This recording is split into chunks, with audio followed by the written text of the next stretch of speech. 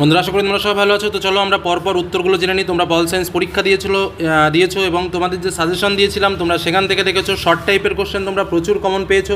যদিও প্রথম দিকে দুই একটা শর্ট টাইপের কোশ্চেন একটু অন্যরকমভাবে এসছে, তোমাদের হয়তো ভুল হতে পারে, কিন্তু আশা করবো যে তোমরা সকলেই ভালো করেছো, কারণ 3-4টে শর্ট একটু এদিক ওদিক করা শর্ট ছিল, এটা অস্বীকার করার কোনো জায়গায় নেই।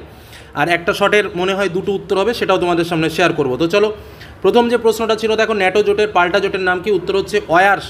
কি বললাম? উত্তরটা হচ্ছে অয়ার্স, অর্থাৎ উত্তর হচ্ছে আমাদের সিদাগ। উত্তরটা হচ্ছে আমাদের সিদাগ। ওকে, আমি দেখিয়ে দিচ্ছি, উত্তরটা হচ্ছে আমাদের সিদাগ।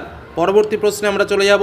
চার্চিল তার বিখ্যাত ফুলটন ভাষণটি দেন কত সালে? এটার উত্তর কিন্তু হবে 1946 সালে। ঠিক আছে, অ্যান্সার কিন্তু বিদাগ হবে, কারণ 1946 সালে কিন্তু তার ফুলটন ভাষণ দিয়েছিল, 47 কিন্তু নয়। অনেকে 47 করতে পারো, কিন্তু অ্যাকচুয়াল অ্যান্সার যেটা সেটা কিন্তু 46। তোমরা কত করেছো অবশ্যই কমেন্টে জানিও। পরবর্তী প্রশ্নে চলে আসি। কোন সোভিয়েত নেতা শান্তিপূর্ণ সহাবস্থানের কথা তুলে ধরেছিলেন? এই প্রশ্নের উত্তর অনেকে স্টালিন করেছো, কিন্তু না, এটার উত্তর কিন্তু হচ্ছে নিকিতা ক্রুশ্চেভ। কি বললাম? নিকিতা ক্রুশ্চেভ কিন্তু প্রথম সোভিয়েত নেতা যিনি শান্তিপূর্ণ সহাবস্থানের কথা তুলে ধরেছিলেন।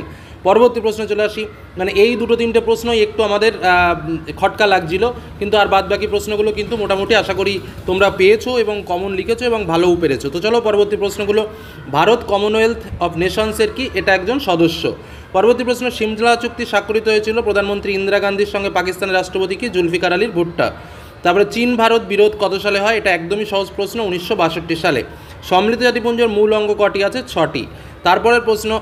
অর্থনৈতিক ও সামাজিক পরিষদের সদস্য সংখ্যা কত? এক্ষেত্রে উত্তর হচ্ছে 54, 54। সম্মিলিত জাতিপুঞ্জের সদর দপ্তর কোথায় অবস্থিত? উত্তর হচ্ছে নিউ ইয়র্কে। পরবর্তী প্রশ্নে চলে আসো। সম্মিলিত জাতিপুঞ্জের সনদে কতগুলো ধারা আছে? এটার উত্তর হচ্ছে 111টি।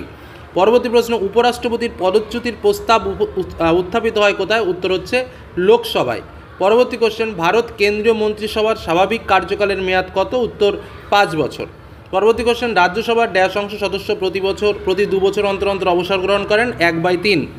পরবর্তী প্রশ্ন। পশ্চিমবঙ্গ বিধানসভা নির্বাচিত সদস্য সংখ্যা 294। মানে একদম কমন প্রশ্ন এগুলো। হাইকোর্টের বিচারের অধীনে কোন এলাকাটি নেই? উত্তর হচ্ছে পরামর্শদানমূলক এলাকা, অর্থাৎ উত্তর হচ্ছে সিদাগ। পরবর্তী প্রশ্ন। সুপ্রিম কোর্টের বিচারপতিদের পদচ্যুত করতে পারেন কে? উত্তর হচ্ছে রাষ্ট্রপতি। পরবর্তী কোশ্চেন। ক্রেতা সুরক্ষা আইন কত সালে তৈরি হয়েছিল? উত্তর হচ্ছে 1986 সালে। পরবর্তী প্রশ্ন। ভারতের প্রথম প্রধান বিচারপতি কে ছিলেন? এটার উত্তর কিন্তু হচ্ছে হরিলাল জে কানিয়া। ইনি কিন্তু ছিলেন ভারতের প্রথম প্রধান বিচারপতি, অর্থাৎ উত্তর হচ্ছে সিদাগ। পরবর্তী প্রশ্ন। কোন ধারা বলে সুপ্রিম কোর্ট মৌলিক অধিকার রক্ষায় লেখ জারি করতে পারে? এটার উত্তর হচ্ছে 226 নম্বর ধারা, অর্থাৎ উত্তর সিদাগ। এই প্রশ্নটার কিন্তু উত্তর দুটোই দেওয়া উচিত, কারণ হচ্ছে ভারতের প্রাচীনতম হাইকোর্ট, এখানে কলকাতা আর মাদ্রাজ দুটোই সঠিক উত্তর হওয়া উচিত, কারণ দুটোই 1862 সালের খুব সম্ভবত 1 জুলাই কিন্তু দুটোই একই টাইমে তৈরি হয়েছিল। আমার মনে হয় যে কোনো একটা উত্তর লিখলেই তোমরা নম্বর পাবে, কারণ কলকাতাকে প্রাচীন বলে মনে করলেও হবে না, কারণ মাদ্রাজ এবং কলকাতা দুটোই একই সময়ে একই দিনে প্রতিষ্ঠিত হয়েছিল, এটুকু তোমাদের জানিয়ে রাখি। পরবর্তী প্রশ্ন। মিউনিসিপ্যাল কর্পোরেশনের আমলাতান্ত্রিক প্রধানকে? উত্তর হচ্ছে কমিশনার। পরবর্তী প্রশ্ন। কলকাতা কর্পোরেশনের মোট ওয়ার্ড সংখ্যা কত? উত্তর হচ্ছে 144। পরবর্তী প্রশ্ন। প্রতিটি গ্রাম পঞ্চায়েত গঠিত হয় ড্যাশ জন সদস্য নিয়ে? 5 থেকে 30 জন সদস্য নিয়ে। পঞ্চায়েত সমিতির প্রশাসনিক প্রধানকে? উত্তর হচ্ছে সভাপতি। এই হলো আমাদের মূল এমসিকিউ প্রশ্ন। তারপরে দেখো এসএকিউ প্রশ্নগুলো যেগুলো এসছে, 1 to 3 চুক্তি, তোমাদের এগুলো মানে সব মানে কি বলবো, যে কয়েকদিন ধরে যে কয়েকটা প্রশ্ন তোমাদের সামনে শেয়ার করেছি সেই প্রশ্নই ঘুরে ফিরে এসছে। তারপরে দেখো প্রশ্ন, দেখো জাতীয় স্বার্থ বিশ্বায়ন, এর থেকে আর কি চাইছো? পূর্ণশান্তিকরণ, এই একদম হুবহু দাগে দাগে প্রশ্ন মিলেছে।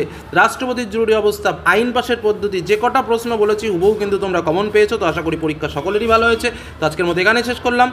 কে কটা কেমন উত্তর পারলে কমেন্টে জানিও। ধন্যবাদ।